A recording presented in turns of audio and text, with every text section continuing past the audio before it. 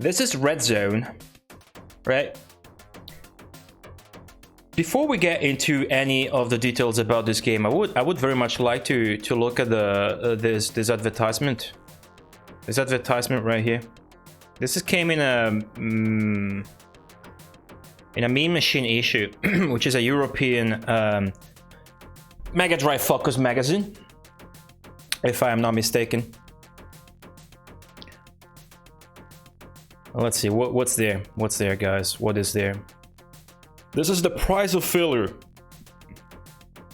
The stakes are high and your crews one bunch of hardcore head cases. Altogether the odds stink. Care to consider the alternatives? There are not any. See you in the red zone. Caution, red zone. Radioactive Desert of Death, play of your own risk. This is a game I've always been extra careful not to spoil myself anything. In the years, I have never seen screenshots, videos, anything like that. I would always instantly close it if somebody was playing it. If I bumped into it, I would just no, I haven't played it yet. Because I'm a big fan of Subterranean and I know this game is gonna deliver even more impressive moments than that. Win a chance to be in a music video, see package for details. Alright, what's the specs, game? What's the specs? What are the specs? 16 megs of rock adventure and non-stop action with smooth animation and full-screen movie sequences. I believe that. I believe that. I believe there's gonna be movie sequences. Body count. In the Radicals' maze-like bunkers, it's muzzle to muzzle. I don't know if there's gonna be FMV. I don't think so, but I would not be surprised, as amazing as that would be. But this game is full 3D, guys, in the gameplay. You see this screenshot? I think I thought I know very little about this game, presentation and gameplay wise, because being extra careful to avoid any spoilers in the course of many years that I have avoided to play this game. But I think, aside from the sprites, even that jet plane on the top looks like pre-rendered, but I think the stuff is like 3D. And it's rotating. That's the thing about the game, right? Your Apache's got it all. Radar, auto night tracking, and Devil Zone firepower. Red Zone, 1994 Scavenger. That's a name you're going to hear a lot about. What Saturn game is this? We're gonna look at a Saturn game later. We're going to. We are going to do that for sure. Alright. A chopper assault through a storm of fire and an underground blast fest. Control 3 out of control commanders. Mirage, Shade, and Rocco. Fully rotating 3D world, animated at 30 frames per second, 2 above, and 10 underground environments. Red Zone. Man, they weren't kidding. Even the ads are fully red. This is the price of failure, everybody. I think all the rockers in chat broke in the chat thing. I'm not picking up the emotes anymore. Let's see.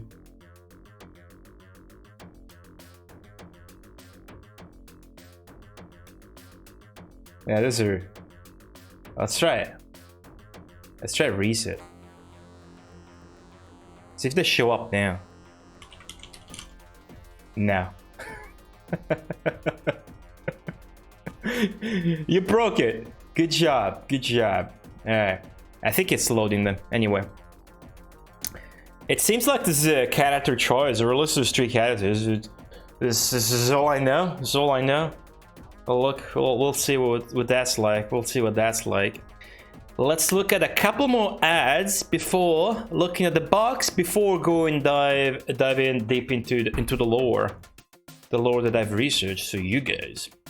Forget Ubins, jungles, and deserts. Strike out. And enter the red zone. Better graphics, advanced gameplay, spectacular thrills. Because fuck other video games.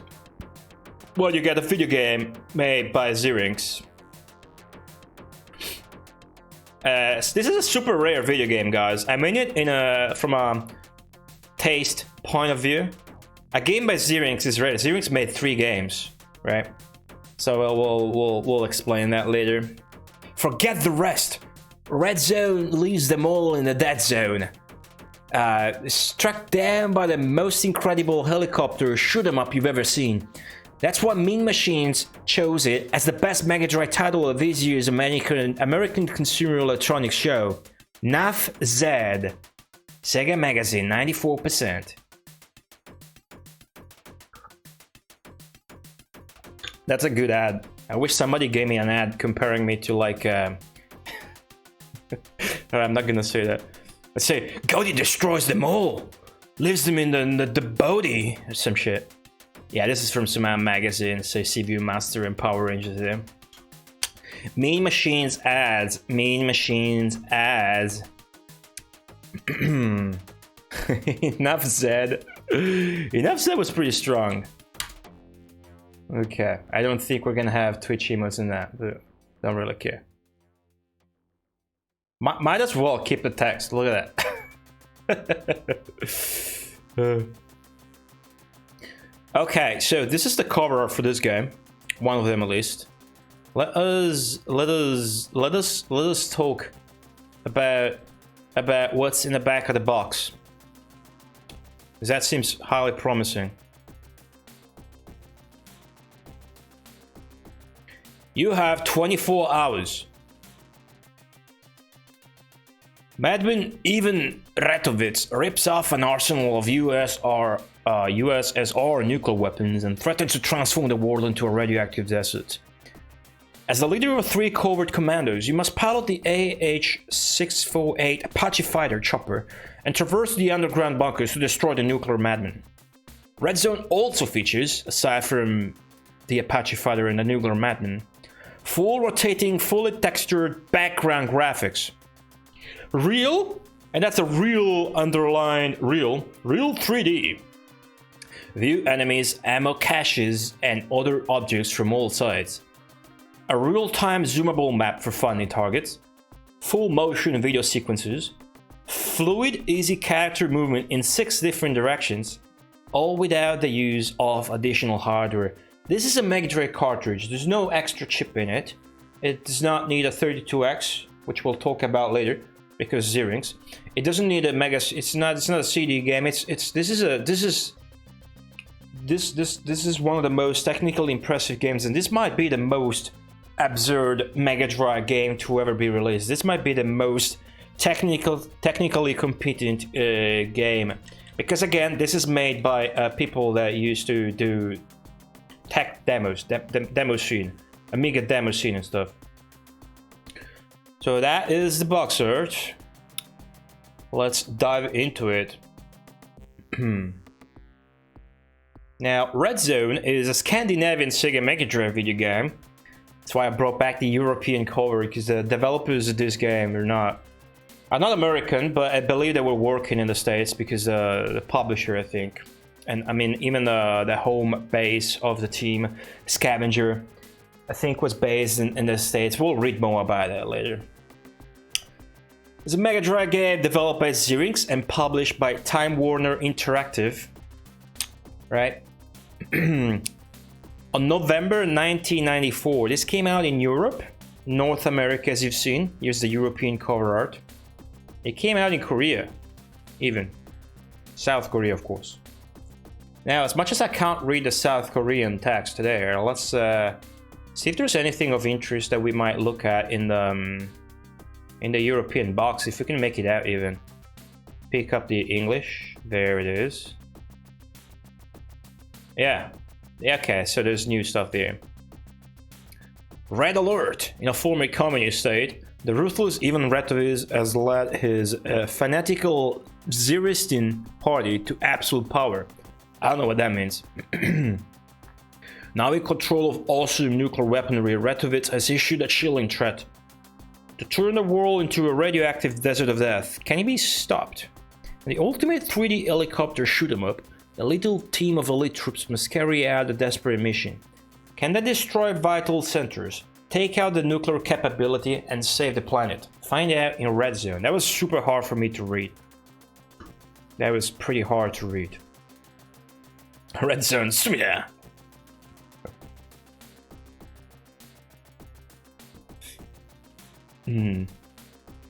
Read the Italian. I can't say no to that. Gonna have to read that the Italian. It's probably amazing. Should always do that. This needs to be extremely zoomed out for me to even stand a chance of reading it. It's just a translation of the English version. But it might be amazing. Dude, it's too. It doesn't end. It does. How can she slap? How am I supposed to read this? It's too shitty. Okay, hold on. I'm gonna go into it and I'm gonna read it.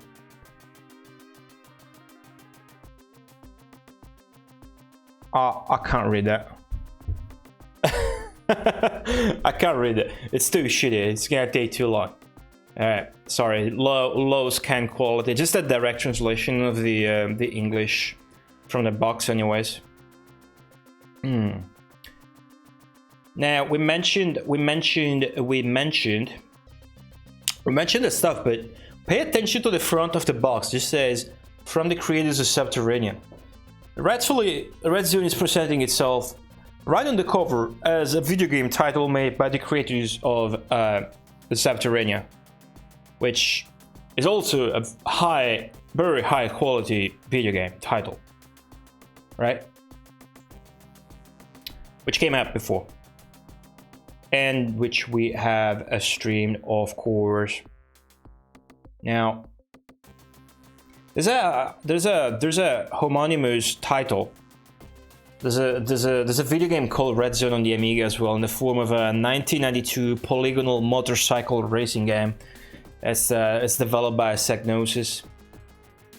Now, as much as this was developed by Xerinx, it was actually put out by Time Warner Interactive. Now, as a subsidiary of Warner Communication, this publisher here got involved with video game releases in 1993 only, even though it established itself in the second half of the 80s, I think. That happened after they bought Atari Games Corporation shares, including Tengen, which then Tengen became Time Warner Interactive California. Right.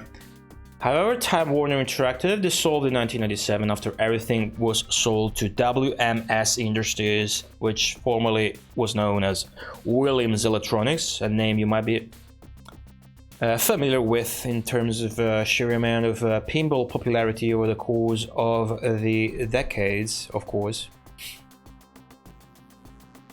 But let us talk about the people that made this video game. Let us talk about the very important stuff, right? Let us talk about the basics. If window copes. All right. There you go.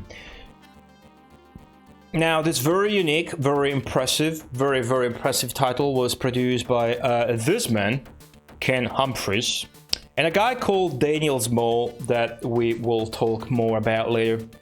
Ken here has also done design and creative work on several SSI computer RPGs, including Buck Rogers' Countdown to Doomsday in 1990, of which we played a very cool, very interesting Mega Drive version, which you might very well remember having seen on this stream. And it then became Midway. Yeah, Midway spun off from that, became getting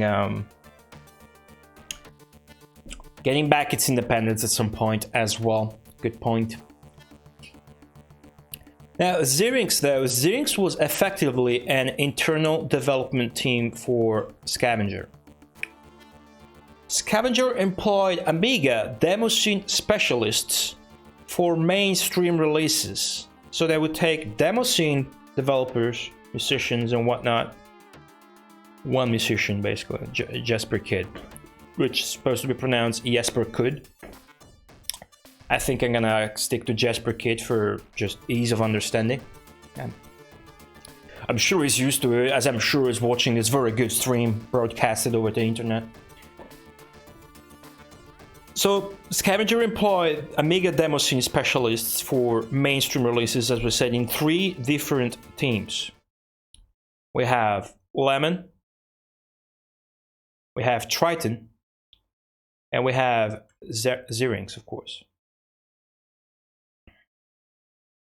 Now, with a name very much fitting to its task, Scavenger then set out to show that not only it was possible to employ self-taught, skilled underground demo scene figures for actual video game development, but they also proved that the titles that would get out as a consequence to that would be of the highest quality, of a very fine craft, at least from a technical and presentation standpoint. I mean, just look at Subterranea, which is maybe the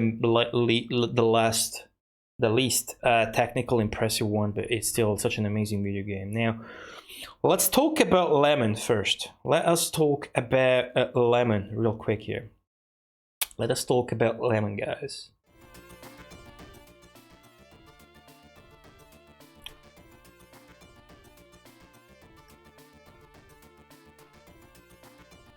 Non-Scandinavians try to pronounce the letter Y.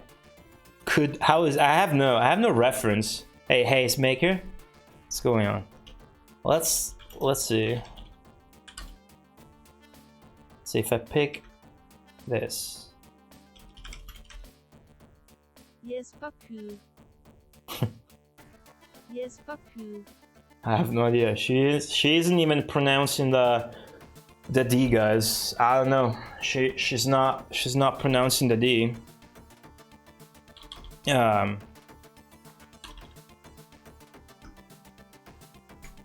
Hold on. Streamer forgot to tweet. Streamer is going full sellout now and stream live. Big lore. Much demo scene. Twitch.tv/Gody. That was very high effort. There you go. Lemon. Born from the demo scene group of the same name, Lemon founded in 1994 with Soren Hannibal. This guy. Soren, the same name the guy behind Soda Soden had, right? Am I not right? Soda Soden is called Soden because it was Soren from Denmark. That was his nickname. Founded in 1994 by Soren Hannibal and Jacob Anderson, was Lemon. The two had previously developed the well-known Amiga title Banshee, which you might have seen before. I had seen this game before because it looks amazing. It's kind of 1940 I don't remember anymore clone, but it's pretty good. As you can see, it's by the British house Core Design, which was both developing and publishing games. One really good one that we played before on stream was Skeleton Crew, the Mega Drive version, which has the improved soundtrack, you might say, from Martin Iveson to Nathan McCree, which later became ultra famous because of Tomb Raider. You know, it's funny how the composers for these houses just blew up. If you just look at Jesper Kyd and Nathan McCree, for example. Kid is closer than could, but it's basically right in the middle. Kid, could. Jesper Kyd. Did I get it right? Is that perfect? You know, I'm a master of languages, and I'm also a genius, and I have 200 200 HQs all over the planet. Now, it was under the same name of Lemon. It was under the same name of Lemon that they would put out as a game developing house, no longer as just a demo scene group, thanks to Scavenger. The video game named Amok, which is this in its glorious Japanese Sega Saturn box. Very hard actually to find decent quality scans of this game over the internet for the original PC versions. I must believe this was originally a PC game, right? Now, before going to the roots of Lemon as a demo scene group, we are going to look at what they actually did. We're gonna kind of gonna mix things up. I'm gonna look at the Amok real quickly. This is a video game that utilizes a voxel graphics engine. So the graphics of this game are voxels. If you're not familiar with voxel concept, simply put, I'm no expert, but simply put, are like volumetric pixels. So basically 3D with pixels. Pixel 3D. 3D pixels. Make any sense to you? Alright. We do have a setup for this. Show it. Let's get into it.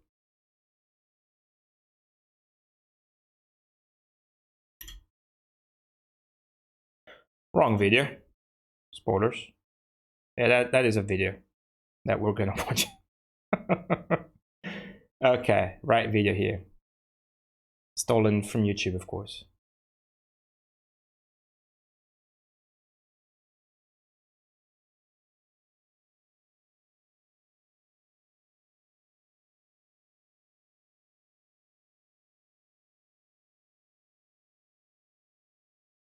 I believe there's no audio yet. Lemon, look at that. That's a cool logo.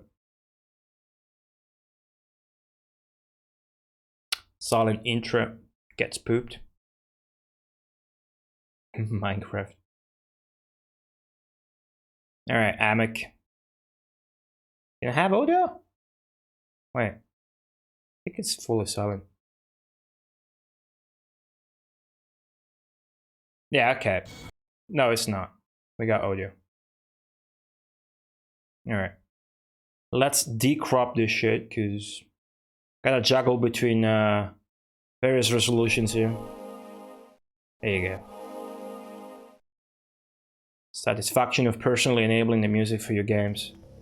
Something only old school DOS players will remember. That was easy though, there was an in-game menu. So.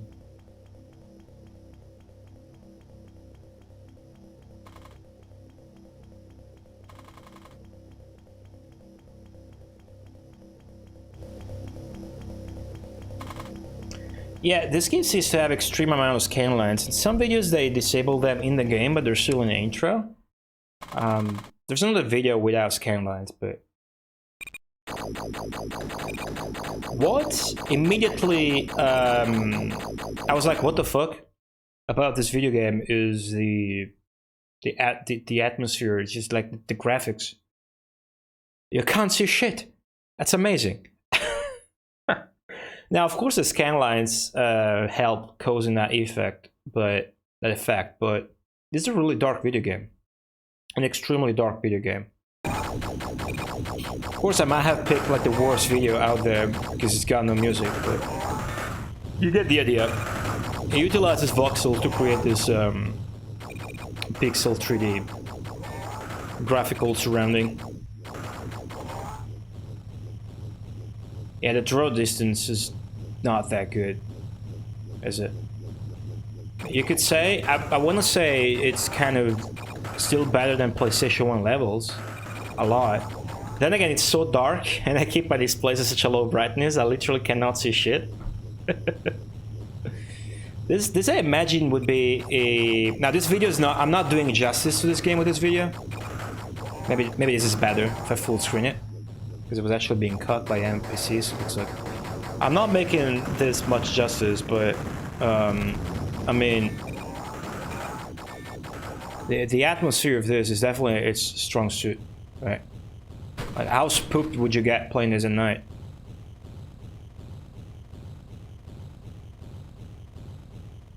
Also, Pretender's Jesper Kid music, because I think every scavenger game had a Jesper Kid soundtrack. Anyway, that is Amic. I just wanted you to have a quick look at it. There's so many other things to look at.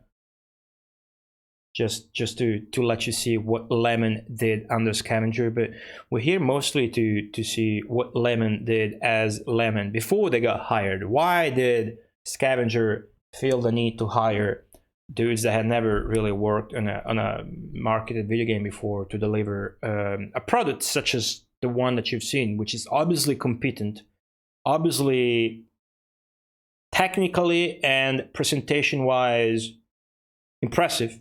I mean, it's something to behold. You look at the game, you don't immediately think this is just another game. You think, hey, what the fuck is this? Let me look at this closer. What's going on? Oh, there's voxels. Okay. I personally have not seen another voxel game in DOS. But if you have, I'll be really interested in hearing from you. Now, after the split,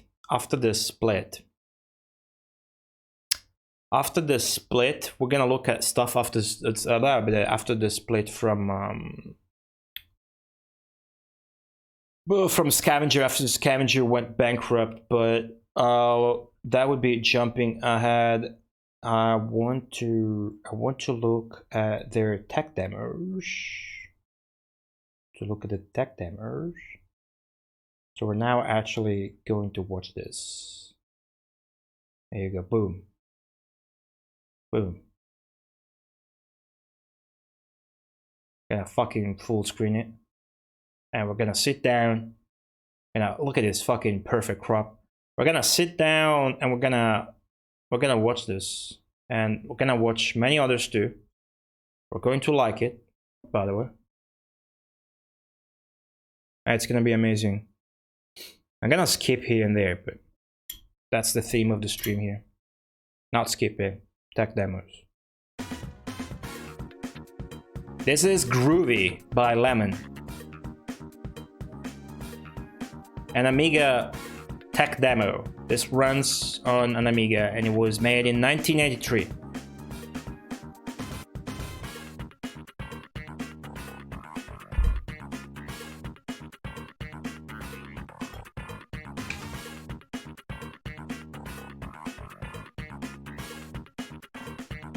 Hey, Lemon Dot though.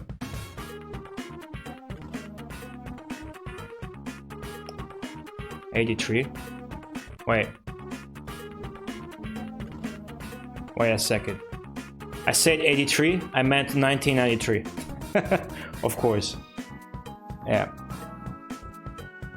Now let me say one thing. As much as this is it says Lemon, and I found it and it said 1993. I just noticed it says Lemon Dot.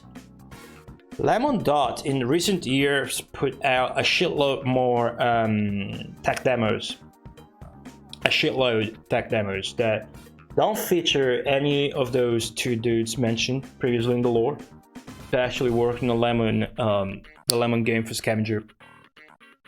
So I am not 100% confident this is original Lemon, or it could be Lemon Dot, which I have to believe is a reissue of the original deal. It couldn't be people stole the Lemon name, added a dot on it, and still got away with presenting the stuff on a million events and stuff. Oh yeah, it say to smoke weed and enjoy it, right? I missed it. So of course you see all sorts of cool effects, not just the colors, but rotating, zooming, and stuff like that. And also suggested to smoke weed.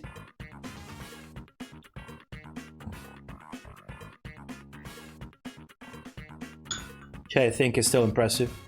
Circumventing the law to show you that the Amiga can do everything. Thank you, Carl, for sharing that. Comanche. DOS voxel game. I should look at it because I remember the name, but I have no memory of the game.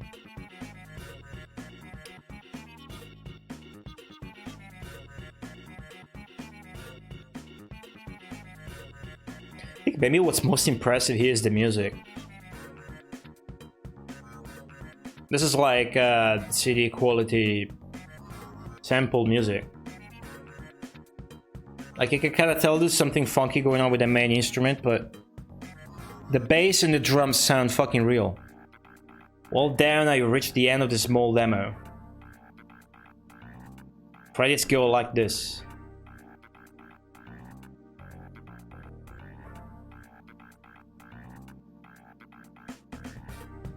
Thanks.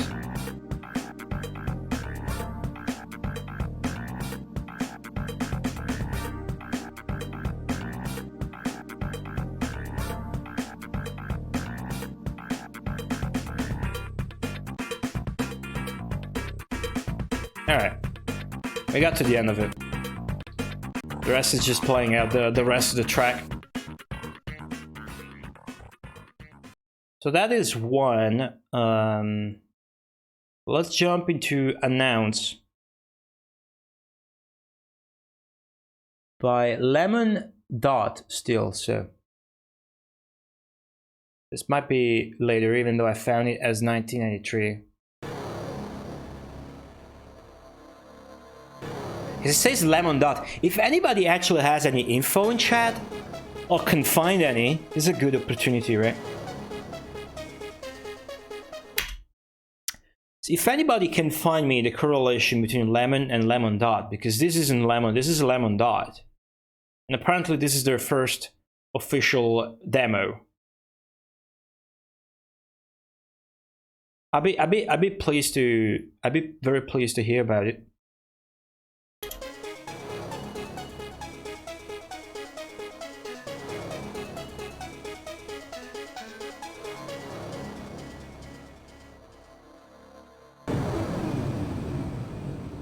They're all from 1993. Then I guess lemon and lemon dot is the same thing.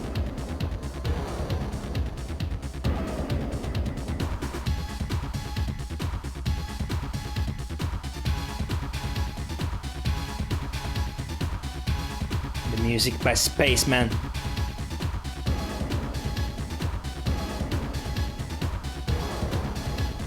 Ah, this one's cool. Now, this effect you see it like everywhere in every tech demo has got tech demo with some sort of 3D effect like this. Aside from the fact it's extremely well done, and what I'm more interested about is a thing with a background, with a perspective in it.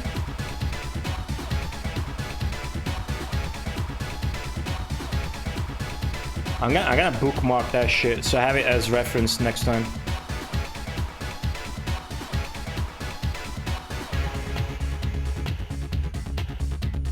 A lemon pint, yes. Let's pause it here. I'm sorry, I just had to.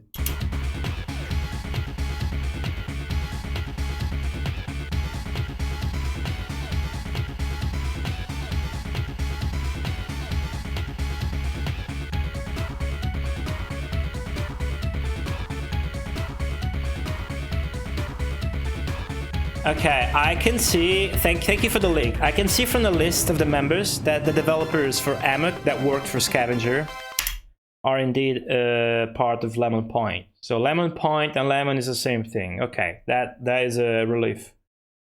Okay, cool. I can see Hannibal in it, together with Spaceman shit. And probably Soren is there somewhere, I suppose. Maybe under a nickname or something. These guys are still making tech demos to this day, by the way. They made so many, we can't look at them all.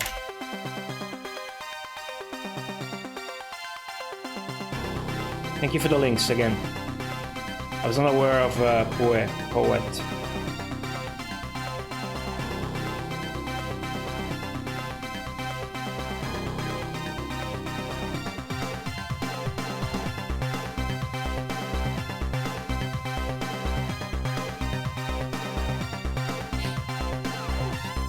Time to change the subject. Since the huge amount of guys that contacted me the last 4 or 5 months, as usual, a tech demo is the best chance to say thanks to your mother and hey uncle, I forgot to buy the milk, but hey Jenny, remember that 10 grams of hashish that you lent me? Yeah, I'm sorry, I smoked it all. Little LOL, that's how it goes. So. I feel hard pressed to read all of this. Hey, Night Sprites. Everybody in chat, good to have you. Thanks for stopping by. Sorry if I haven't said hi.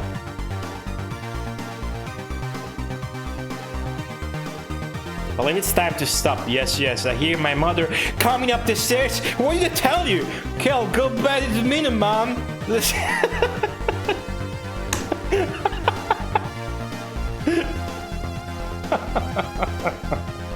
What do you think of the Jade logo named Mouse Rapes Mouse? A perverted pic. The slap turn the video back. What the fuck? I don't condone this, but I laughed hard because I just noticed the logo afterwards. Oh wait, Large number of members in Anarchy, so they had to spin off from Anarchy and build the Lemon Point. 16 members in 3 countries.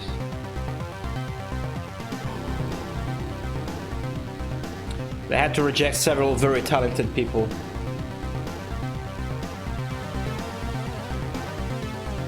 The Danes are. That's a lot of Danes. Hannibal with the code. From England we have Dan. Code and graphics.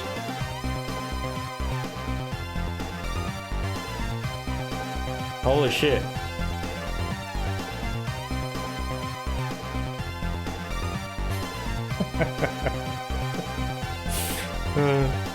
Move the webcam a bit.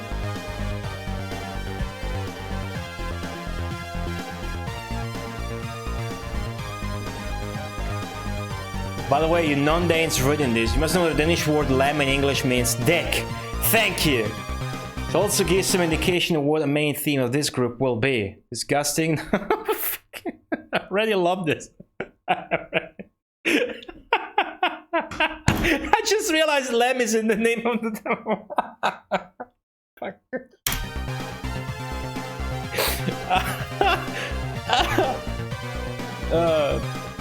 Will not get any BB5? Oh, okay, the formats. You will get nothing out of writing to me, Hannibal.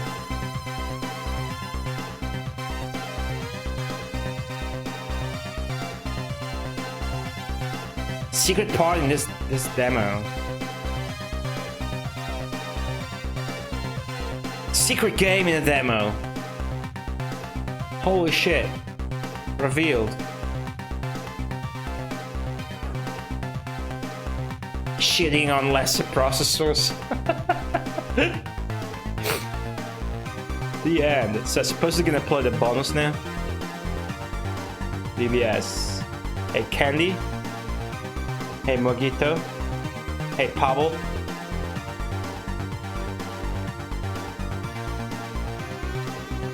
The music's pretty hot. I like the music. Okay, it doesn't show the secret. Doesn't show the secret. I'm liking Lemon. What do you think of Lemon, guys? We got two more from Lemon. This is Dot Row. They're all from 1993. I got the early ones.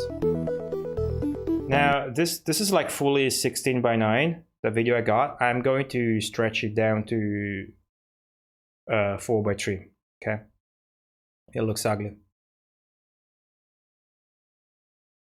Lemon. Did you know in Danish, lem means dick?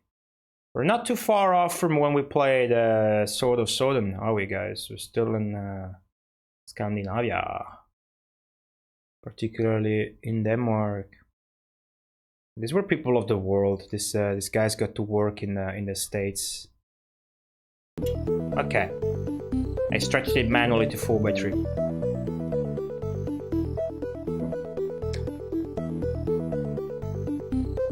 Code dope.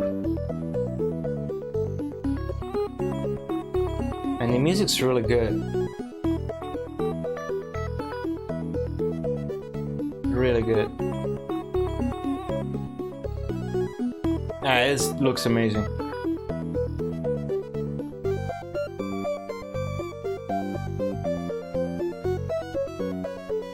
This looks really good.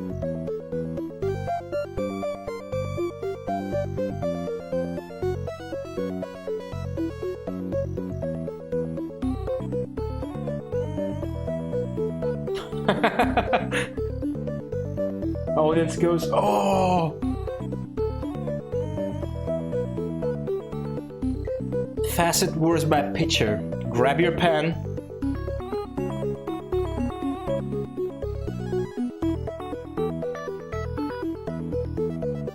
Count that lemons for swapping. What did they referring to exactly by swapping? I'm not the most knowledgeable about this sort of stuff, quite the contrary. So it's a good chance to learn. Really, thanks, mate. Oh, just the swapping of the discs. Oh, trading software. There you go. Makes sense.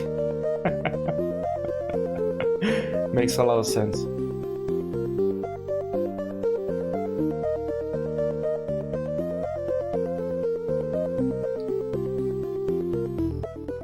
State space. The world of the strange attractors is infinite.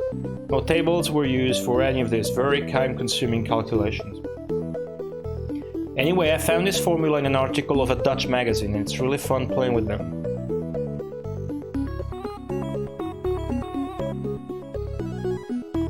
What do they mean by no tables? We're true.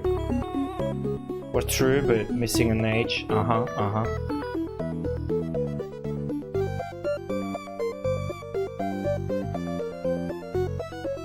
Oh, okay.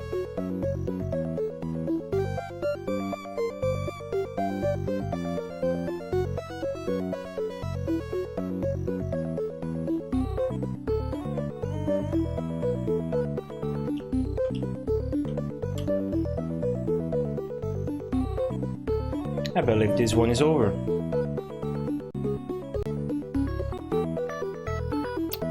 Okay, I'm enjoying this. I'm just gonna skip through when they're done and just letting the music play out because we got a lot of ground to cover. But for now, we got a good pace going on because this is now Gratis, the last one by Lemon.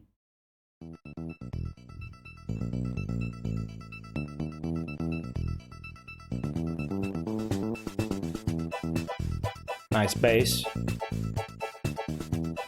Yeah, rapapa. Okay, I can't read that. That's not English. They're just presenting it though.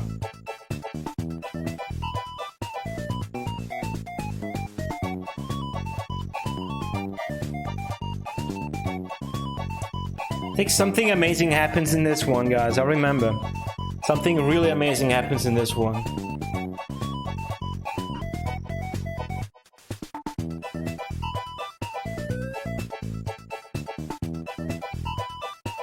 Asia one.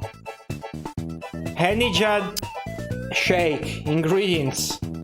How to prepare. Wrap the solid hash in tin foil.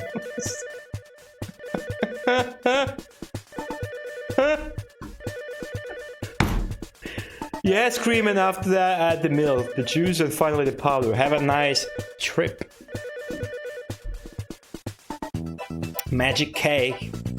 Ah, this one's got no drugs in it. This one's fine.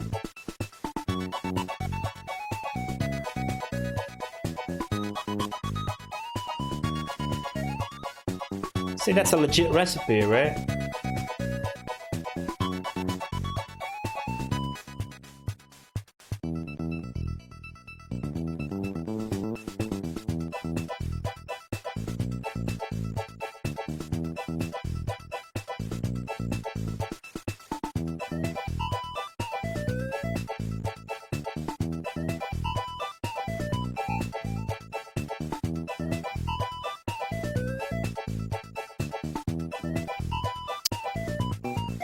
Again with a hash powder. Eat a few of these, then pick through the whole of another, and you're bound to see a spaceman sitting on the other side. You got lore about drugs.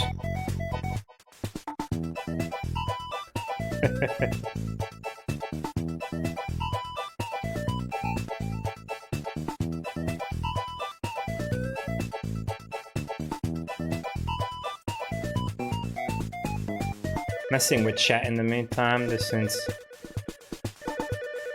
better. This might be my favorite demo of all times. It's just giving you recipes. There's a floating 3D cube just to say, hey, we made a tech demo. Not really though.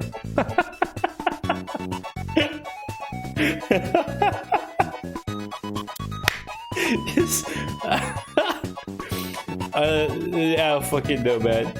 I can't skip this one.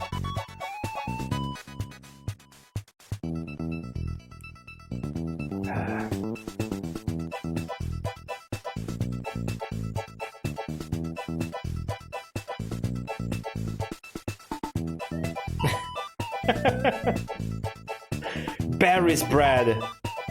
Again with the hash. Get rid of the crusts. And the sugar.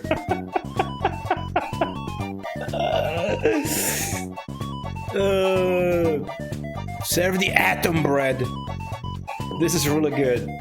Sure is, mate, Bob. I don't even want to check how long this is. I want to savor it. I want to keep savoring it. Bob's pancakes. Oh, they have salt in it. Cool. Seems like a smart recipe. Okay, hash powder. Why is it always the hash powder? They're talking about hashes, aren't they?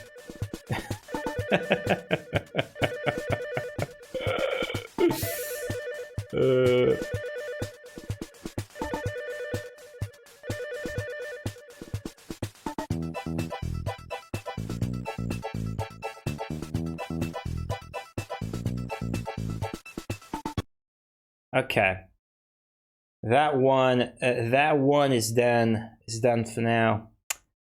We are done covering lemon. What are your thoughts about lemon, guys?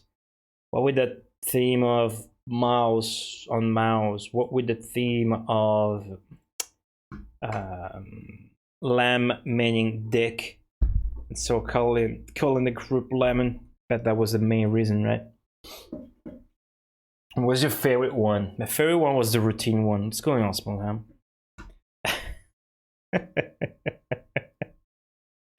I enjoyed it. My favorite was seriously the recipe one because it's just stupid.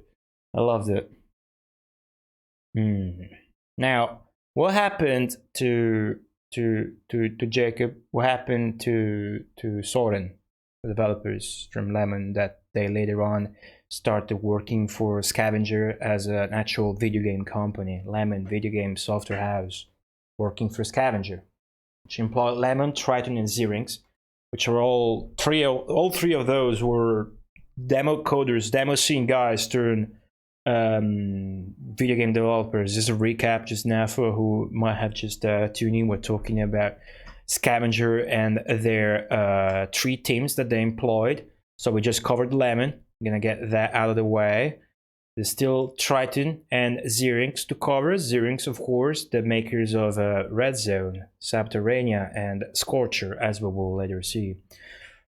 Now, Triton might be the most important one to discuss, but we're not really done with Lemon just yet. I want to talk about what happened later. Now, what happened later is that Jacob, together with Martin Paulus, who had actually joined later in 1996 for the PC version of Amok, which we've seen earlier, those two would form Retomoto together,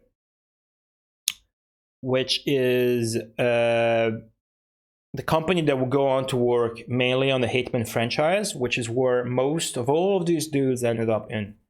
That was together with a lot of the Xerinx members that we will look into with more detail later, of course. But that was after Retomoto, though, had already joined with the film studio Nordisk Film to form the company IO Interactive, which is still active nowadays, so much so that the original founders later split to form. They split after IO was sold to Eidos in 2004 to form Retomoto Alps, which later developed the World War II free-to-play game Heroes and Generals. And those dudes are still alive. I mean, the company is, of course. I can't talk tonight. Now, Sora, on the other hand, joined Shiny Entertainment and worked on the Matrix video games, as this picture, I'm sure, is so eloquently saying with its font. Okay, now we can talk about Triton.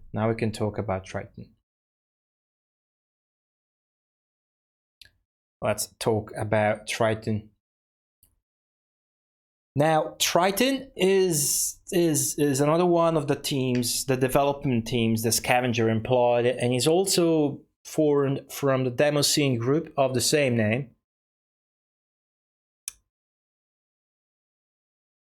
And they won the 1992 Hackran's demo party with their Crystal Dream tech demo, guys, Crystal Dream.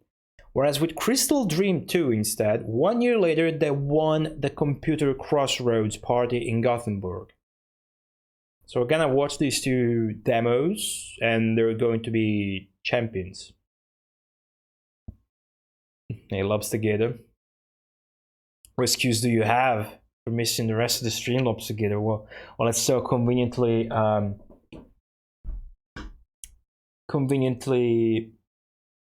scheduled. Hey, Morrican, did I miss the subscription? Thank you for the 3 years, Morrican. Thank you. Appreciate it. Now, before we look at those, you might be interested to know that Triton did not put out any game for Scavenger. They were, however, tasked by Scavenger with the development of a video game called Into the Shadows, which never came out.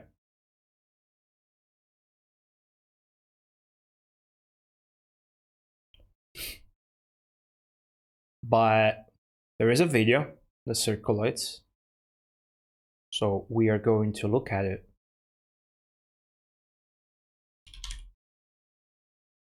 Unreleased computer video game by Triton, former demo scene dudes, or Scavenger, that did not actually come out at all.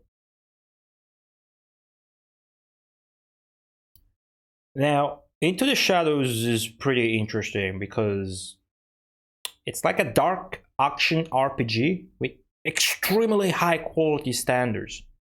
This was meant to be a state-of-the-art technical video game. Like, we're talking about 1996. We're talking about mid-90s, right? So bear that in mind while you see what you are going to see. Let me revert back to original 4x3. There you go, Morrican. See? Just have to have some patience, Morrican. Just need to have some patience. Alright. Morrican, thank you so much for the 34 months. Get impaled though. Get fucking impaled. Hitman 3 coming next year, but yeah, but that's not anymore by those guys. I don't think so. All right, here it goes. Into the Shadows. Unreleased video game.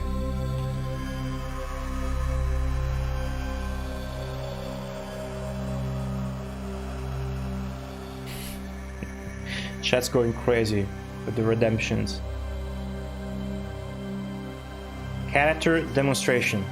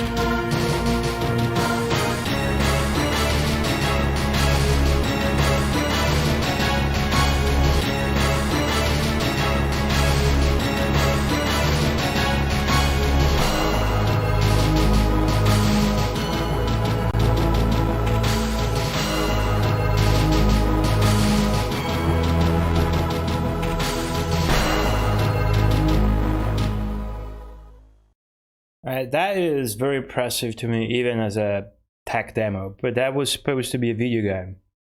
Imagine if that actually came out. Would have been a video game that everybody would still be talking about. But alas, it never came to be because of reasons that we will mention later, of course. So how choreographed to the music this is, you can certainly tell this is by a demo scene group. I agree with that. I agree with that.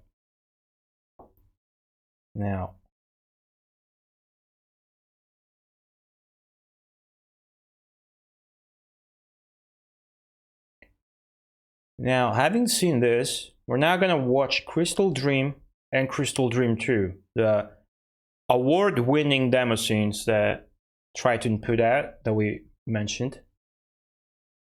Here is Crystal Dream by Triton. Crystal Dream.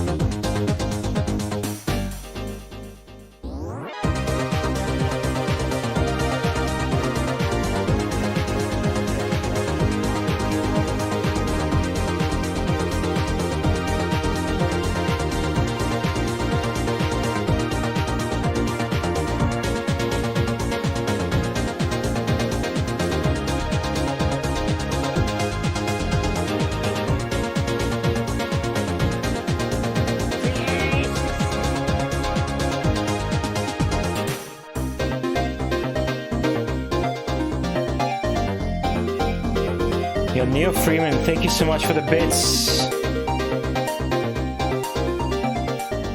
Thank you for the 500 bits, Neil Freeman. I appreciate it. Pyro, welcome. Man, I was born in '89. Holy shit. I'm looking for it, Jiggy. As a matter of fact, I think this is 91, 92. Hold on. I said it in the lore. Let me.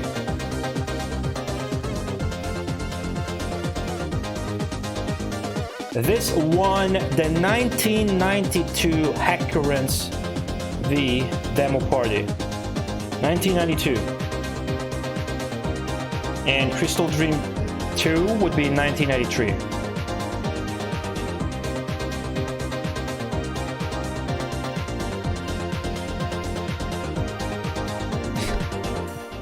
I don't know what is showing the Pro Tracker here.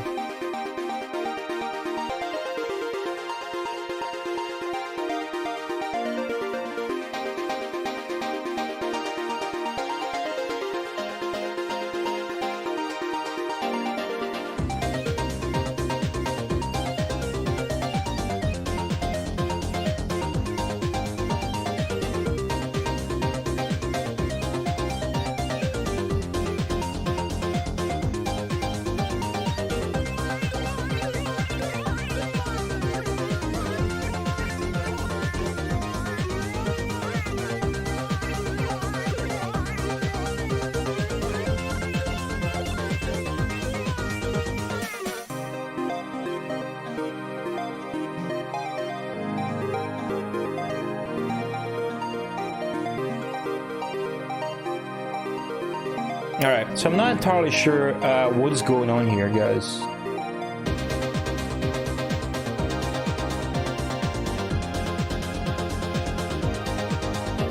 I guess the music was so good that they're just showing the Pro Tracker for it. And left empty. Yeah, this is Pro Tracker. Just better than Tracker. Oh, dude, the music. Can we play this? Corny as fuck. I love it.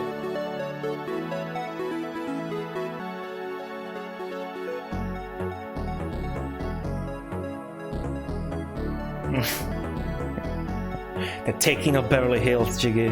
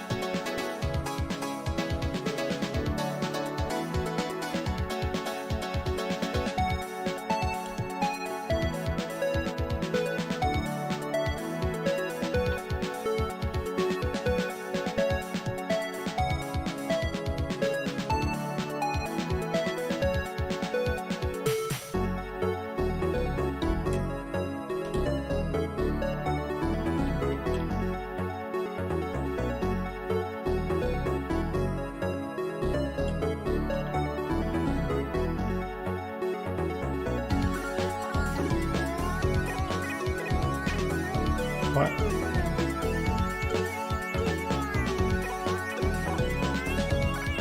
Alright.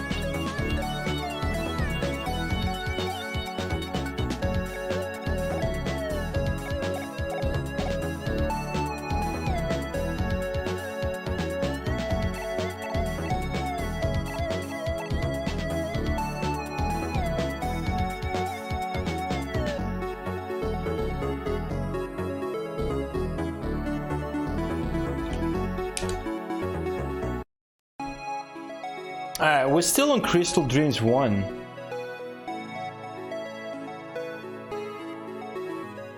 Seems to go in places. Didn't expect change this sudden. So I suppose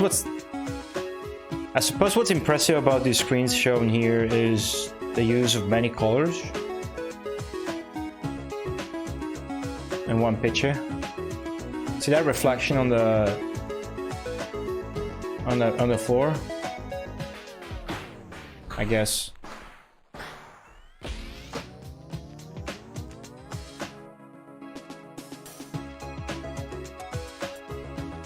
Yeah, this won a demo competition. Hey, Super Dan, welcome.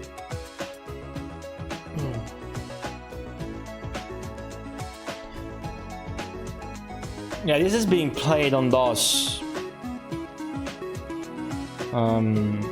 It's shown, so it showed that as much as at the beginning. You could see the user starting it up.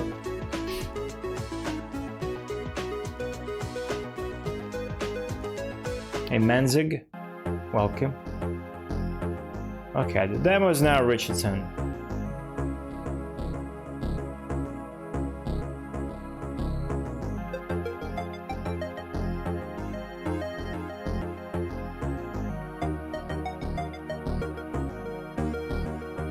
Okay.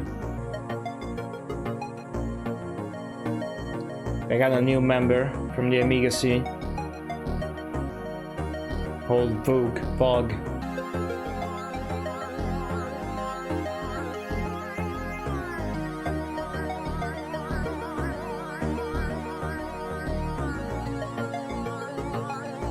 That did basically most of the work, apparently.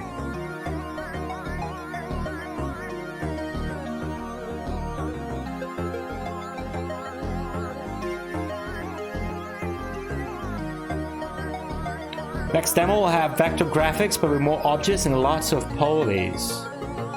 Alright, we're gonna watch that.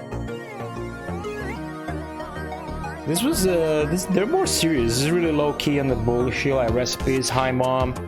Hey Bob.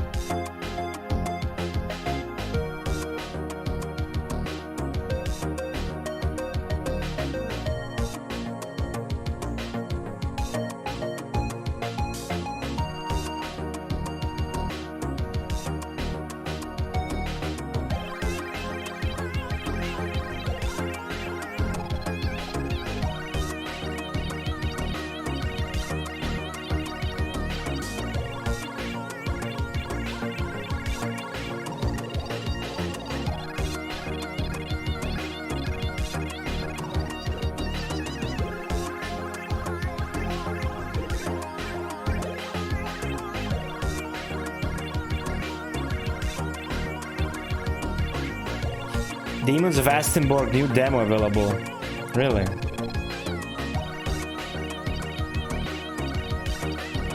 I failed to back that game on crowdfunding.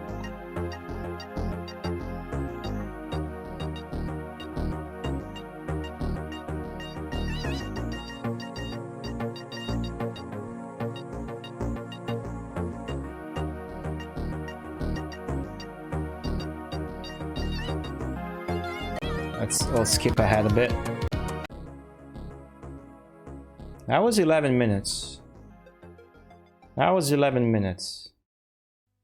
Crystal Dream 2 is 14 minutes. We're gonna have to skip ahead a bit. But they're telling us to pay attention. Wait. No. Something more is happening here. Telling us to wake up. Time to wake up.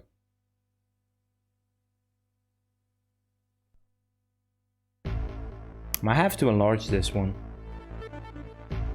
right?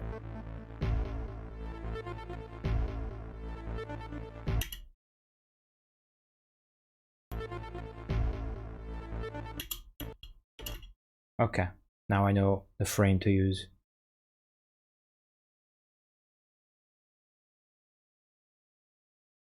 There you go.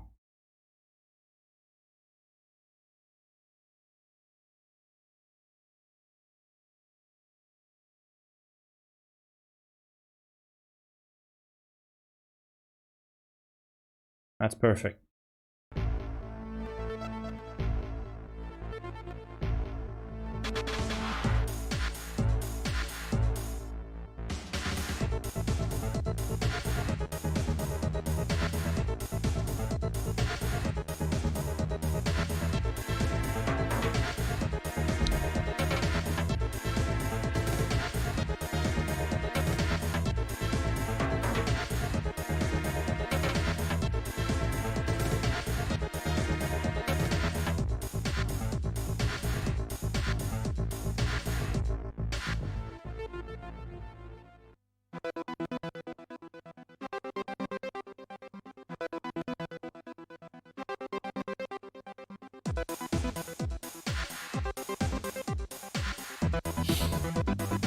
Lots of 3D shapes.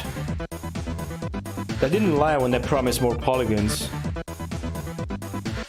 It's a European football ball.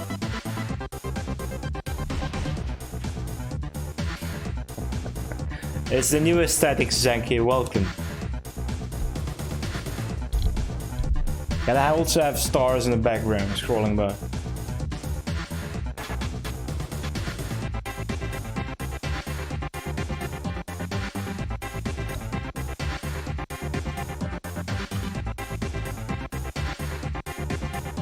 I'm more of a fan of this sound engine than the Amiga one, but then again, the ones by Lemon featured pretty higher quality music, I think.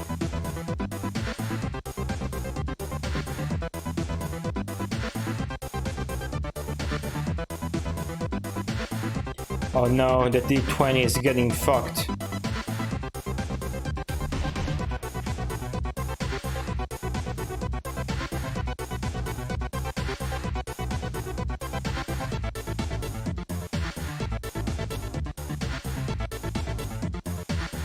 View the inside of a cube through a magic block.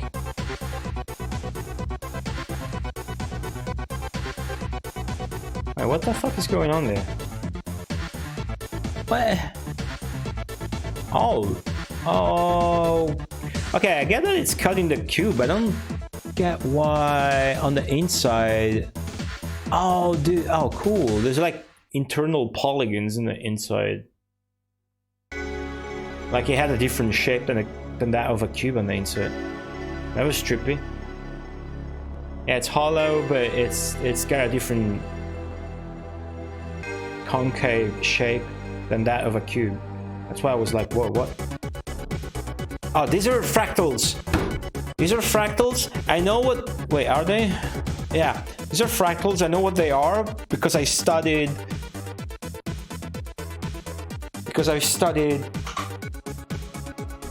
The lore for Starflight. Holy shit, this is impressive. What the fuck?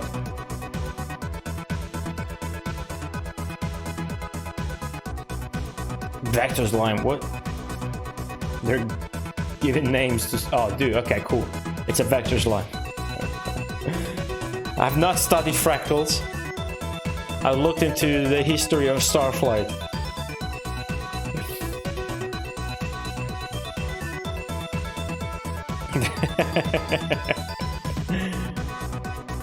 Oh, look at this 3D. It's all vectors and polygons in this demo. I'm pretending I know what a vector is, by the way.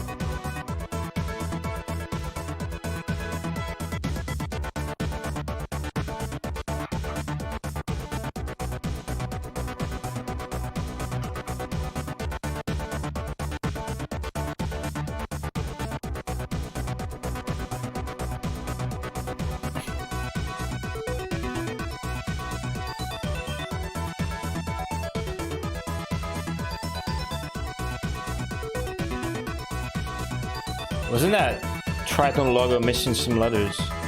Do we have to find them all? Oh, I see it. I think I see it. Someday we gotta do a stream where we watch the tech demos from the Mega Drive, because there's been so much crazy shit happening lately.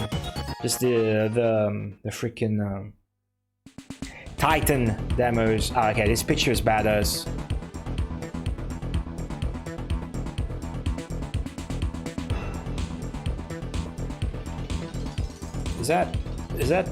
Is that they're overlaying everything with the fractals, dude. It's like, hey, I like fractals, we're gonna use them everywhere. That's amazing.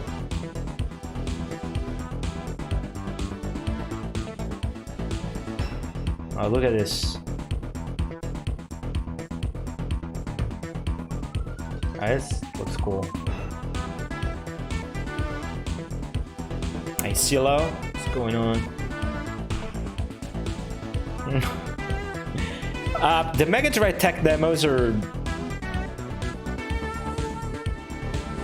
something else, thank you. Of course, they feature a lot more pixel art and whatnot, but I would say they're way more impressive than this. If you look at the Star Wars scroller. Wait. Did I read that right? Because that was... okay. Okay. The commas... okay. Yeah, music's bopping. I like it a lot. But the Titan Overdrive demos on the Mega Drive were insane. I've shown them before in stream. It should give them their own broadcast. Sometime this year, stream a bunch of more Mega Drive tech demos on the actual Mega Drive. You need a Palm Mega Drive for the perfect experience, but I have it. The tech demos usually play at 50 Hz. I think it has to do with the PAL region having a lot access to more lines of screen.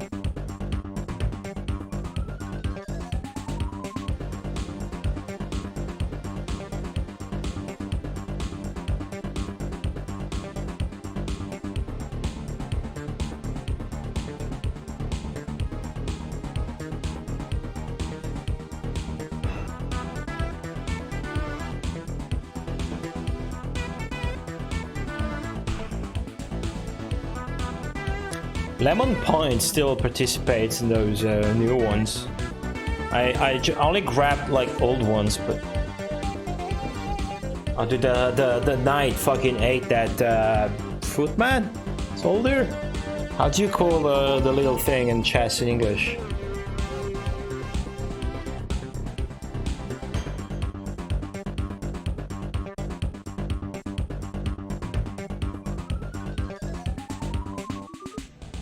Just fly away. That was Pegasus.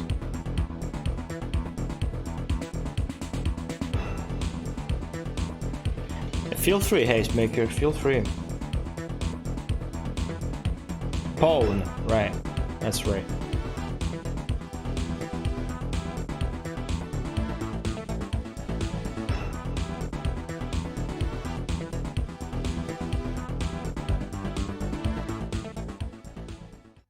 Alright, we're past the half mark of Crystal Dream 2. Apparently it's over, but this rumors? The demo has an option for its own rumors. Hey Hoffman, nah. Barely halfway through, not even. Alright, let's what more has this to offer? Not much, just the awesome music. Retro Spot, thank you for the host, welcome.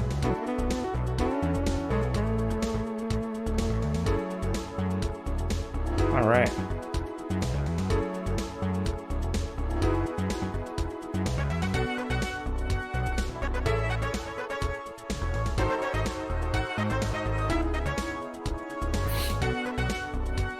The music's awesome, but we're not gonna stick around just for that. Alright. So that was Triton. What do you think? I didn't enjoy that as much as Lemons, because I think I'm more for the memes. But it was really impressive use of all those vectors and polygon models. The spaceship scene when you go into the closed spaces were really cool. I can't even imagine how you would do anything like that, but they still do such things. The Amiga, for the Mega Drive, for the Commodore 64, they do a lot of that kind of stuff. Hey, Left Empty, thanks for stopping by. Retro Gaming Denmark, welcome.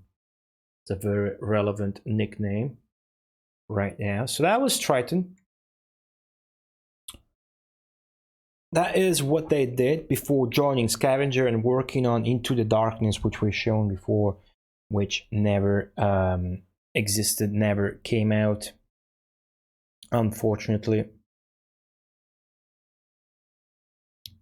What happened though to Triton after Scavenger went bankrupt? Exactly. Its legacy went on to found Starbreeze Studios. Is not exactly an unknown company right here. This would have an interesting story of its own with titles such as Enclave, which I played a little bit. It's a cool game, Enclave, because you get to pick like the good story and the evil story or something, the light and the shadow quest. It's like more games in one. And they would later be associated with the name of popular recent video game Payday 2, but from the acquired studio Overkill, and many more, of course. Chat's mentioning Fast Tracker 1 and 2. Thank you, Raccoon. Now, in 2012, Starbreeze Studios partnered with Electronic Arts to reboot Syndicate, but it flopped so hard that many members, in fact, left for Machine Games, which was a rival company, and was established by none other than the founders of Starbreeze, meaning the founders of Triton.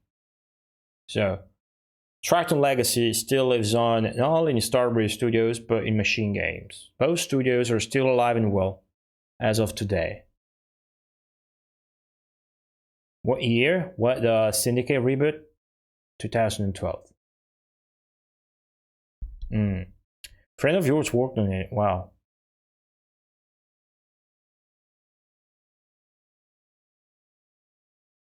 I just know the company is still up. Are they completely busted nowadays?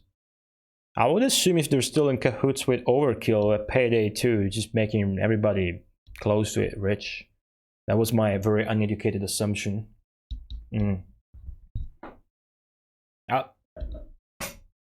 Not doing well, okay. Overkill basically took over Starbreeze, that makes sense. That makes sense. They had to restart Payday 2 DLC to make money. I mean, isn't Payday 2 just an endless money pit?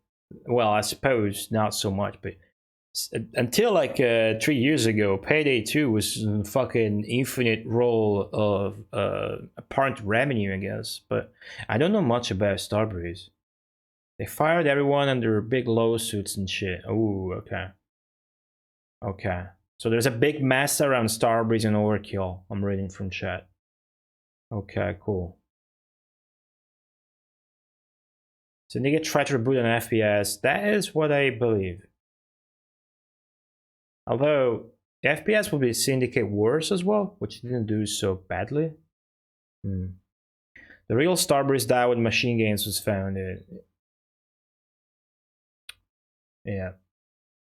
Hey, Koakon, welcome. Overkill taking over control of the entire company led them doing bullshit like dumping tons of money into VR. Wow. Which was like I don't know, man. I don't know about VR, man. Lots of good info in chat. Interesting. Always very welcome. And anything like that is always very welcome. Of course, all of this lower shop thing takes a lot of time to set up, a lot of effort and time. So whenever there's a subject like Starbreeze that, of course, I don't know anything, but I research stuff and I do write-ups. When there's a subject like this where I don't go in deep, I just get the general outline of what happened, and I get more info from chat. I'm really happy about it.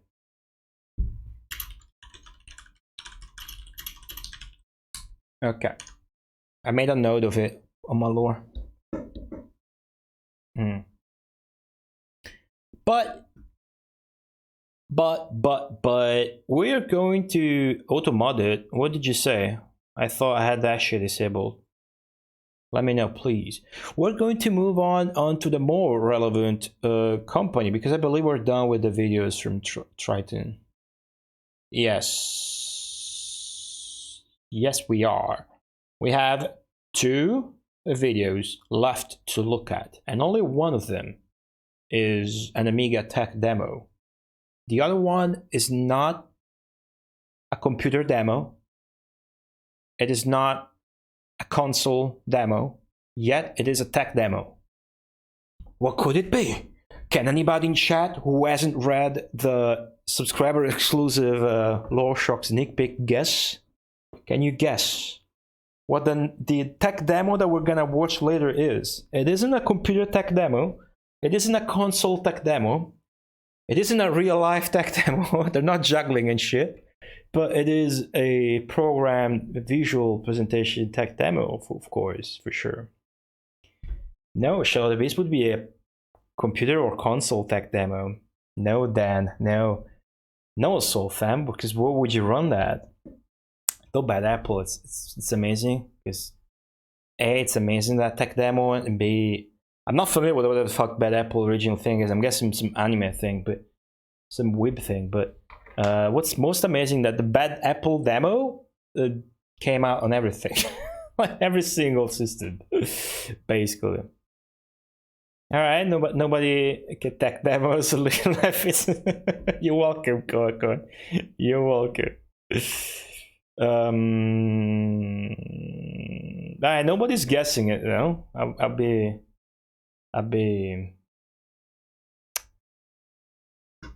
It'd be cool if somebody guessed it. But before we get to that, let's get to the gist of this. Let's get to Zyrinx. Or Zyrinx? I don't know. I'm gonna go with Zyrinx. I don't know. Might have to look at a Jesper Kid interview. Maybe he mentions it, and then I can tell how to pronounce it, because I forgot. Now, here you go. Zyrinx's technical and internal team for Scavenger. They put out. This is funny, because when you think about it, Zyrinx here put out more video games than the other 2 teams combined. But Zyrinx still only made 3 games. They made Subterranea, 1993. They made Red Zone, 1994, and they made Scorcher, 1996.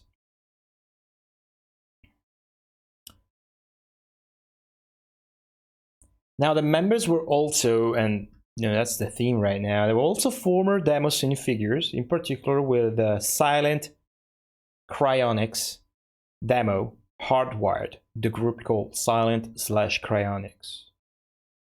So that was a merge, I suppose. And that is what we are going to see here. And I think I say the best for last, but you guys will be the judges of that.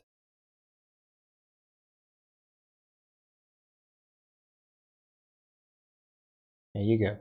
Hardwired on the Amiga.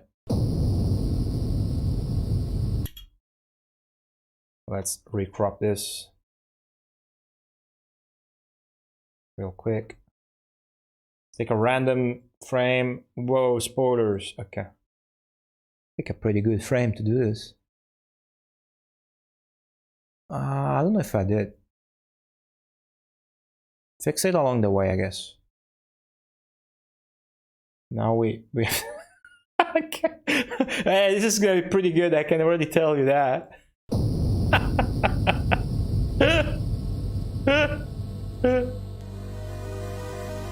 This looks amazing though. Pixel art.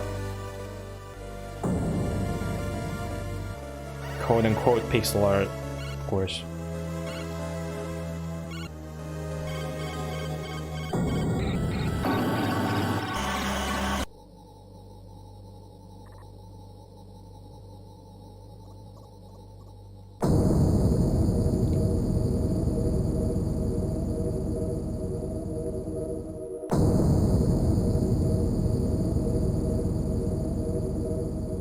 Yeah, I watched this one before too, Trap. I even streamed it.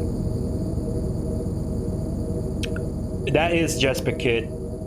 We've actually talked about this demo and the Kid Bell Productions when we were doing the lore shop for the Adventures of Batman and Robin. Which is why we're not going to talk about Jesper Kid, because we already talked about him a lot, and this kind of stuff in particular with the Adventures of Batman and Robin lore shock. Okay, I have to fix that.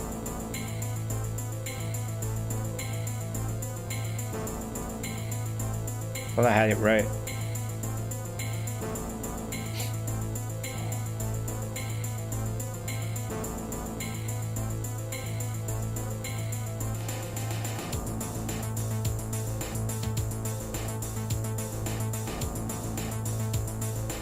Finally, a good frame.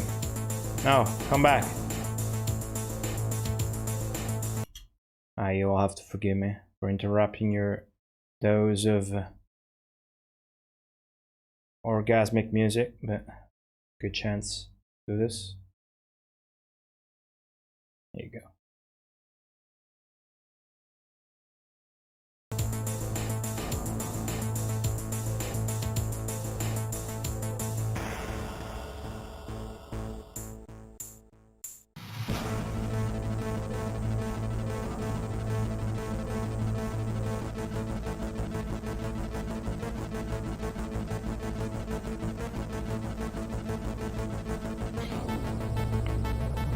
This sounds exactly like Subterranea.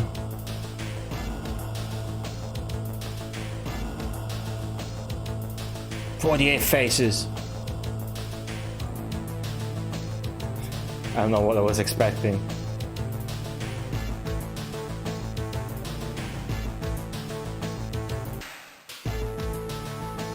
That's a good mix, Neo Freeman.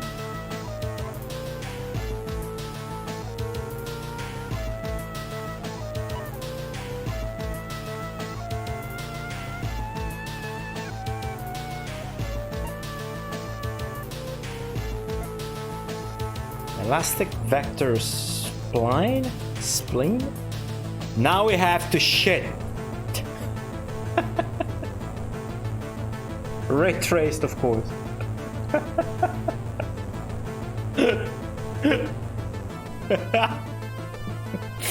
Oh man, I remember this. That's your ultimate gaming chair.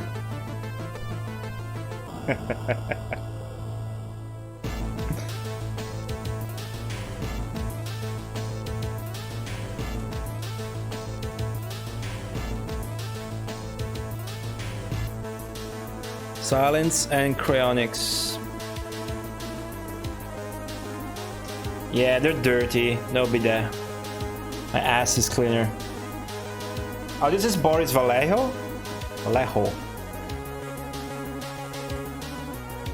Coming up.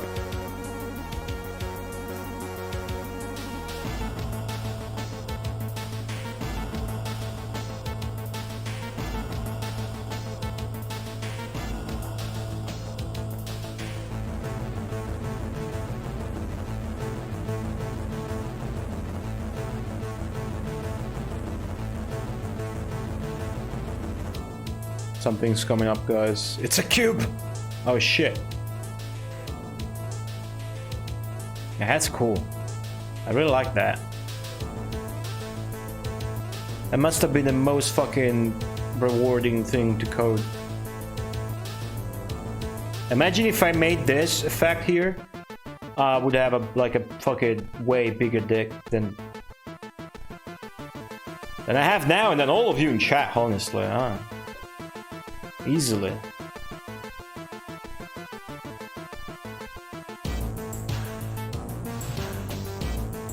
I toned the by the way.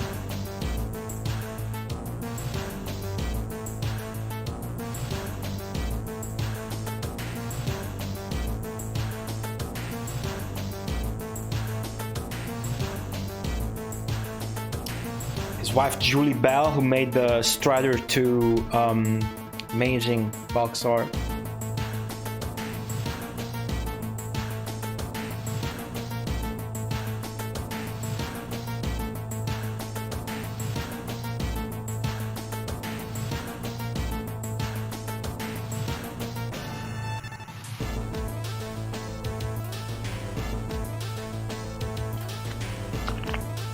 Half pipe.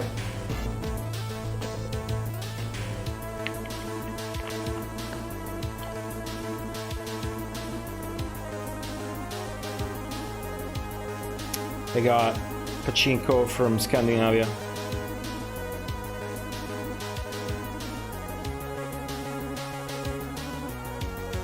They're gonna drop again. Please tell me they're all gonna drop down. No, they aren't. That's cool though.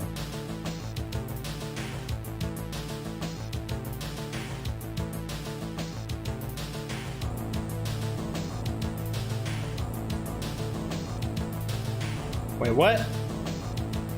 I don't remember this stuff. It's been a long since I last watched this.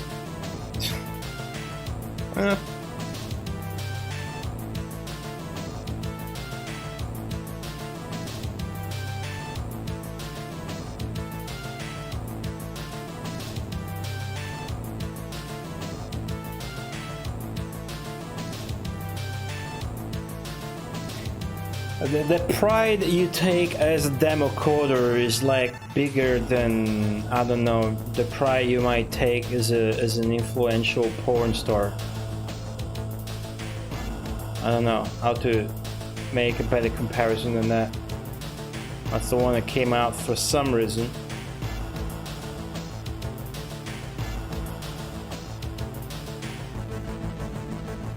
Boing. Yeah, this is cool. They're showing this off with a more solid thing and vertically, because they only did this with some sort of a flat thing before. The elastic thing.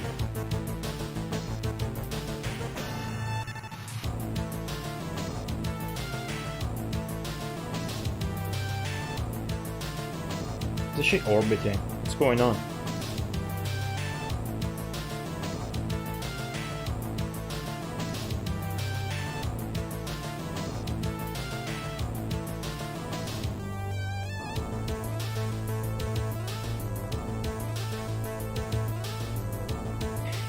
It is okay, so that's the sun, the lighting. There you go. Okay, I was failing to notice the theme there. It was the lighting. Holy shit, that was pretty cool.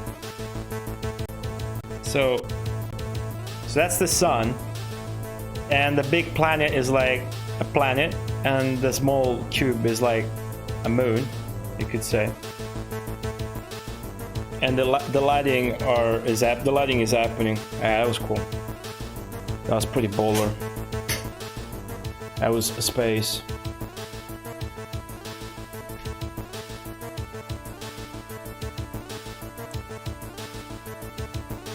Oh, we got a dude.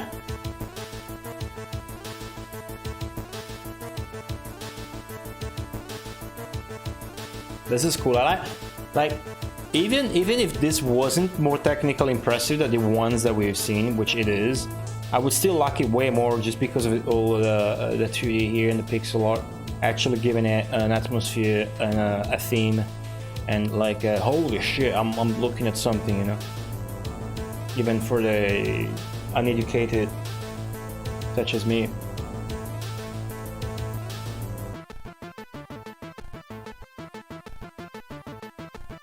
Oh, it's gonna fit in.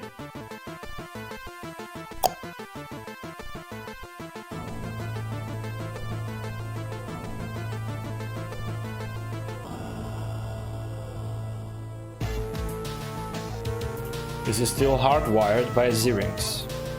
Well, former Xerinx members. And that the Silence Cryonic group's name.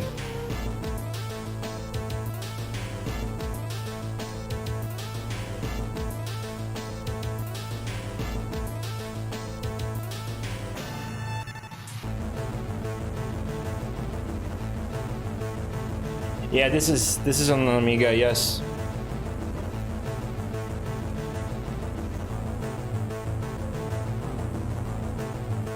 Sinula, welcome.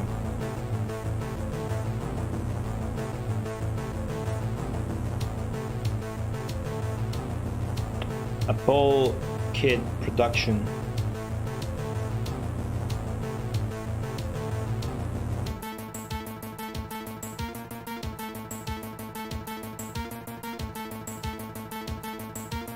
The fucking bathroom. The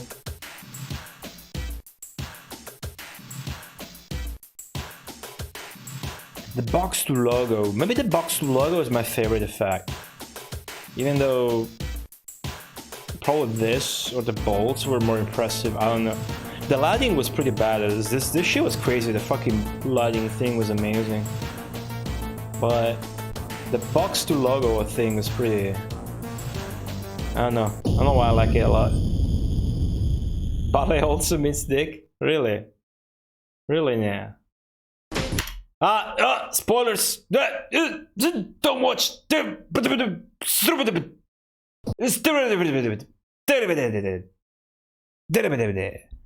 was the thing you were supposed to guess and nobody guessed yet.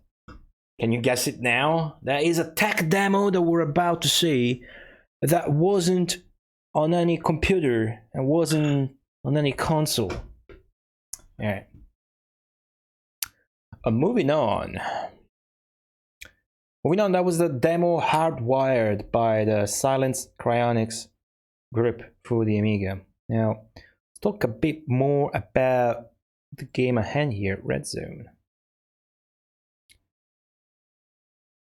Now, Red Zone's working title was actually still hardwired. There's an early version of Red Zone that came out as hardwired as a tech demo, which already featured many of the technical prowesses that the team was known for. And this prototype, which is available, I downloaded it. We are going to look at it eventually after I finish Red Zone. The prototype also featured a co-op mode that was removed from the actual video game release. And now Xerinx, they made another high caliber, high profile, very relevant to this channel tech demo that you might have seen before, which is the one I've been hinting at, right? Which is the very impressive, very impressive Sega 32X demo with a 32X 3D engine by Xerinx. This runs on a 32X. The infamous add-on for the Sega Mega Drive released by Sega of America that didn't do shit because Sega of Japan was doing the Saturn, and it's like, I don't know, man. It's like you're having sex, but your left testicle goes to sleep and your right one is like, come on, dude. It's something like that. It's a 32X, and this is Zyrinx's tech demo for the 32X. Enjoy, because it lasts 4 minutes, but it's pretty impressive. You can hear the music.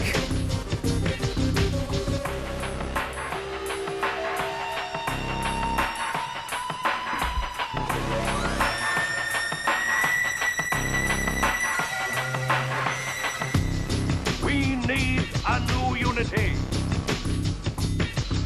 Not the unity which discourages dissent. We need dissent. We need a creative dissent. Our voices are not raised in any harmonious chorus, but our differences are differences of empathy. And the drawing distance is obviously what it is, but you gotta remember this is on cartridge.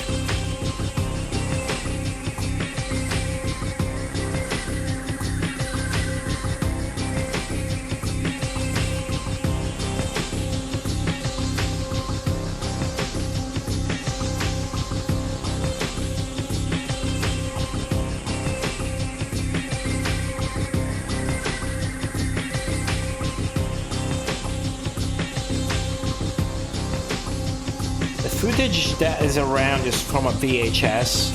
This is like a restored download that I got, but it's still like, you know.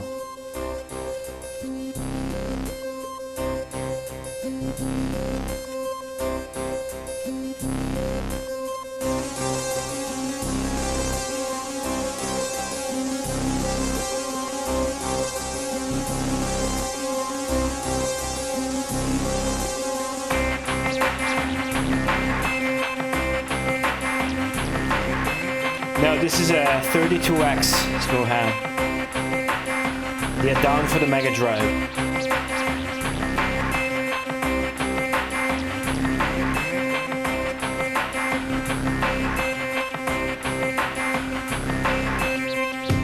Somehow I think it's even more impressive, but I'm ignorant.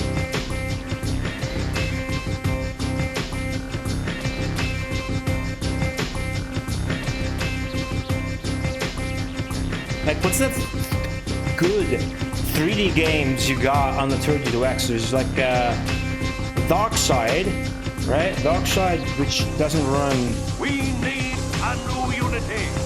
anywhere as good as this. Dark Side is like the fucking best 32X soundtrack that I know, along with Zax and Mother Bass. Holy shit. We need Dark a Side. new unity. Yeah, I think this is the most impressive thing out of all that we've seen.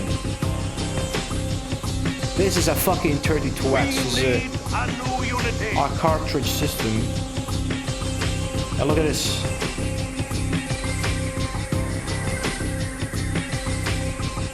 We need a new unity.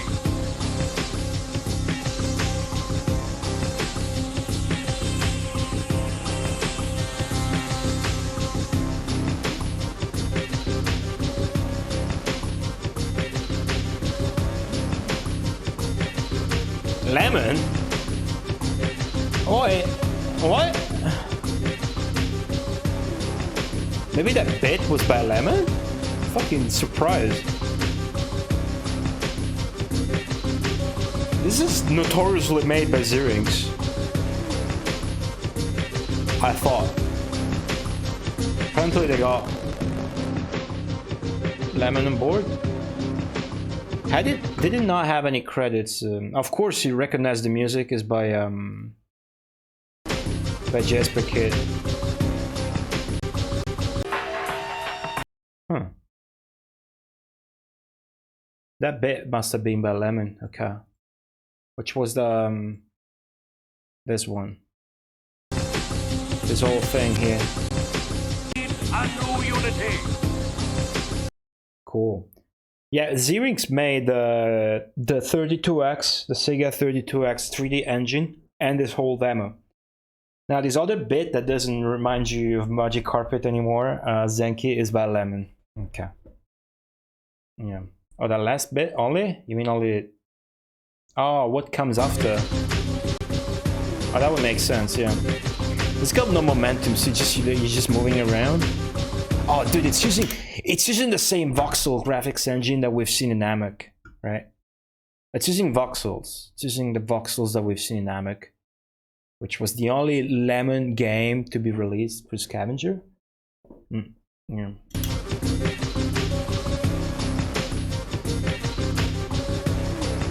Hey, Hablum, welcome. The Red Humpers.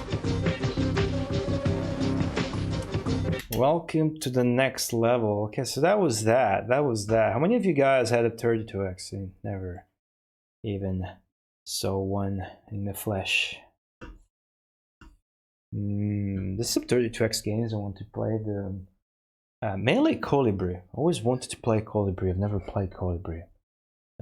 Dark Side, but it's more about the soundtrack. Zaxxon modded base, but it's more about the soundtrack.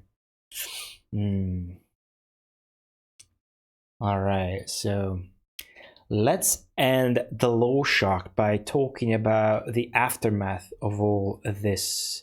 What happened afterwards? Maybe you want to look at Scorcher. Let's look at Scorcher too. Scorcher was the third and last game by Xerox. This was a futuristic sphere-based racing game, like the tracks were spheres. I don't have a video for this, so just gonna look it up on YouTube real quick. Okay, Scorcher. There you go. This came out just like Amok for DOS, Windows, and Sega Saturn, if I'm not mistaken. Alright, should have a Chrome source somewhere. There it is.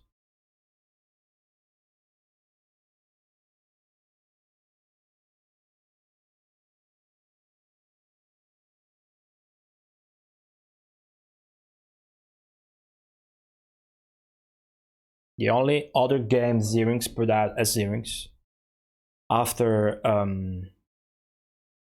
Red Zone, the game we are about to start on the Sega Mega Drive.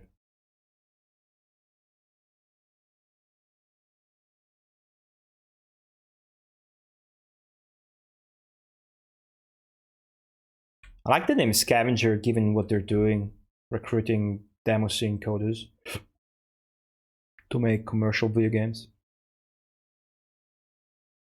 It's a really cool concept. That's a lot of options, holy shit. So technical.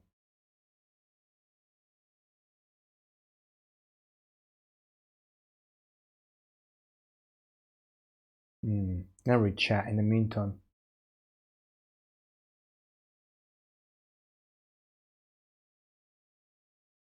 You're causing the 32X. You bought one at launch with 3 games. Holy shit. What games were they? I would have gotten a 32X already if it wasn't so damn expensive. This is a 1996, I want to say. Yes, 1996 video game.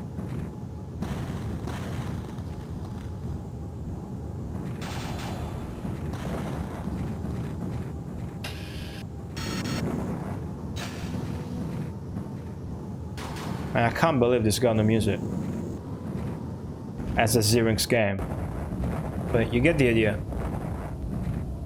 Probably some other video enables it.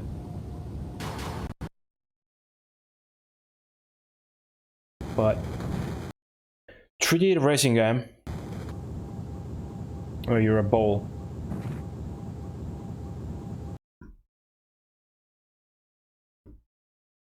Panos, welcome. 185 since 2014 on the Mega Drive. 185. No hints. No hints. No hints.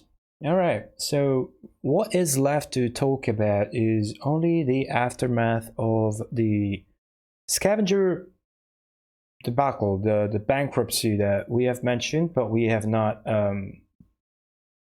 talked about. That looks kind of miserable without music, I guess. I don't know. I was kind of anticipating music. I would suppose if I open another video, it's gonna have music because it's a Xerinx game. Yeah.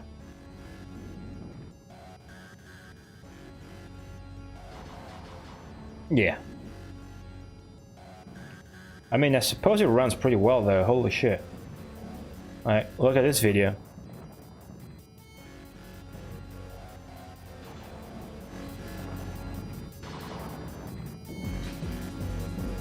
This is basically 60 frames per second.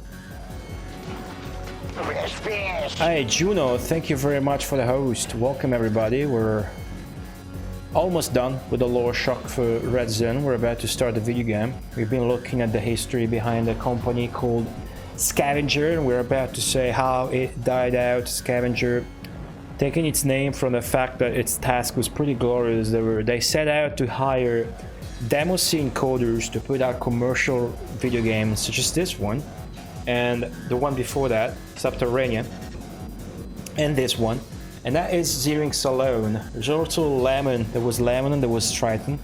We've been looking at that, at what they did as demo coders. We've seen their tech demos and the demo scenes, and we've seen the video games that they put out for Scavenger, such as this one. Welcome everybody from Juno stream. Thank you for the host. Thank you. Speedometer is way too big, I agree.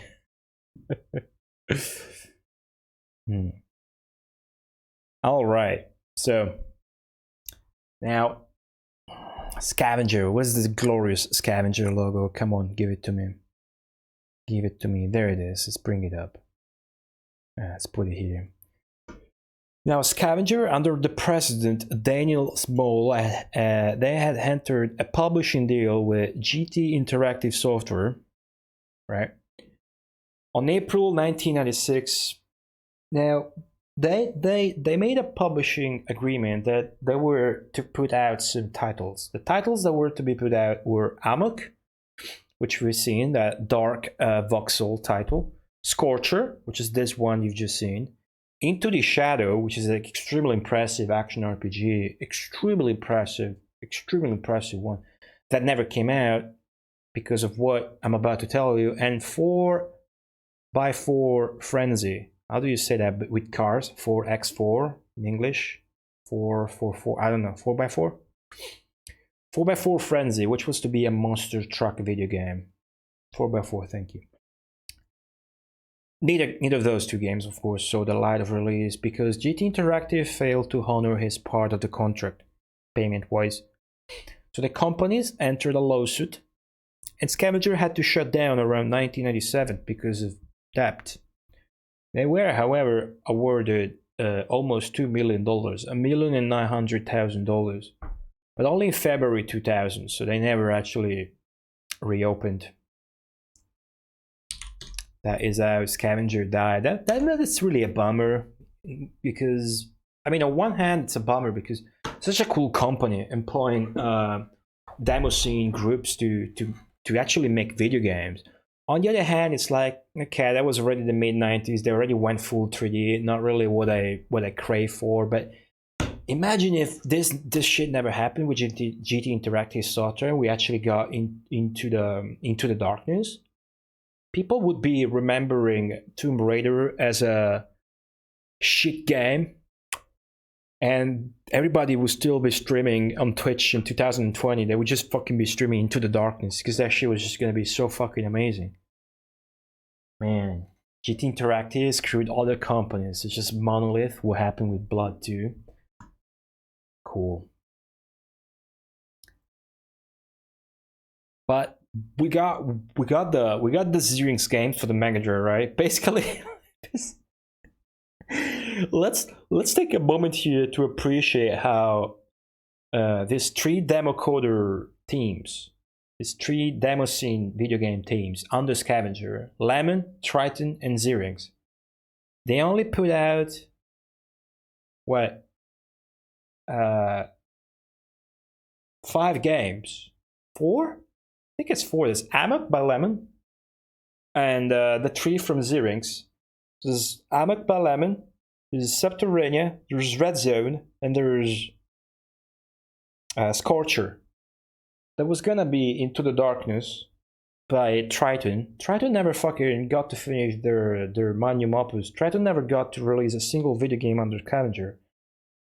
To the best of my knowledge, only 4 games came out of the 3 teams employed by Scavenger from the demo scene, and 3 of those alone were by Xerix, and 2 of those were for the Mega Drive. So half of those were amazing video games for the Mega Drive. So I think we got a big deal in the end, right? Exactly. Those four. So having said that, that was the Lore Shock. I hope you enjoyed it. And now it is time to play the video game.